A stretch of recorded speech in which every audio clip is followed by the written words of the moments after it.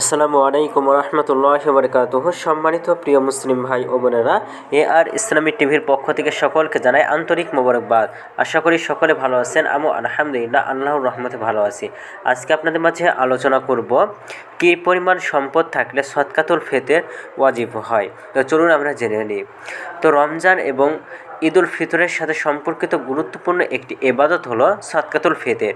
সম্পদশালী মুসলমানদের পাশাপাশি দরিদ্র মুসলমানরাও যেন এই ঈদের আনন্দে শামিল হতে পারে, সেজন্য আল্লাহ সুবহানাহু তাআলা ফিতরা বা সদকাতুল ফিতর নির্ধারণ করে দিয়েছেন, যা ঈদের নামাজের আগে প্রদান করতে হয়। এই দানকে জাকাতুল ফিতর বলা হয়।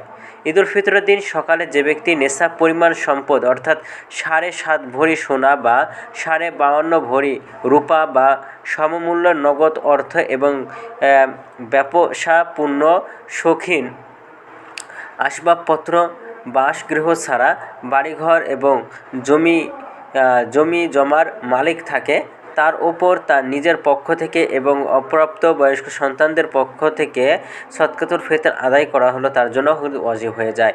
যে ব্যক্তির ওপর জাকাত ওয়াজিব, তার উপর সদকাতুল ফিতর আদায় করাও হলো ওয়াজিব। জাকাত ওয়াজিব নয় এমন অনেকের ওপরও সদকাতুল ফিতর ওয়াজিব। জাকাতের নেশাব পরিমাণ করার ক্ষেত্রেও ঘরের আসবাবপত্র এবং হস্তবর সম্পত্তি অর্থাৎ জমিজমা, ঘরবাড়ি ইত্যাদি হিসাবে ধরা হয় না, কিন্তু সদকাতুল ফিতরের নেশাব হিসাব করার ক্ষেত্রে ঘরের অত্যাবশ্যকীয় আসবাব ছাড়াও অন্যান্য শৌখিন আসবাবপত্র খালি পড়ে থাকা বা ভাড়া দেওয়া জমিজমা এবং ঘরবাড়ি হিসেবেও ধরা হয়। তো হাদিসে নবী করিম সাল্লাল্লাহু আলাইহি সাল্লাম উন্নত মানের খেজুর, মধ্যম মানের খেজুর, কিশমিশ, পনির এবং গম এই 5টি খাদ্যদ্রব্যের যে কোনো একটি মাধ্যমে সদকাতুল ফিতর আদায় করার অনুমতি দিয়েছেন। এগুলোর মূল্য অনুযায়ী সদকাতুল ফিতরের সর্বনিম্ন এবং সর্বোচ্চ পরিমাণ নির্ধারণ হয়। এবছর 1445 হিজরি বাংলাদেশের সরকার সদকাতুল ফিতর নির্ধারণ কমিটির পক্ষ থেকে বাংলাদেশ সদকাতুল ফিতরের পরিমাণ জনপ্রতি সর্বনিম্ন হলো 115 টাকা এবং সর্বোচ্চ হলো 2974 টাকা নির্ধারণ করা হয়েছে।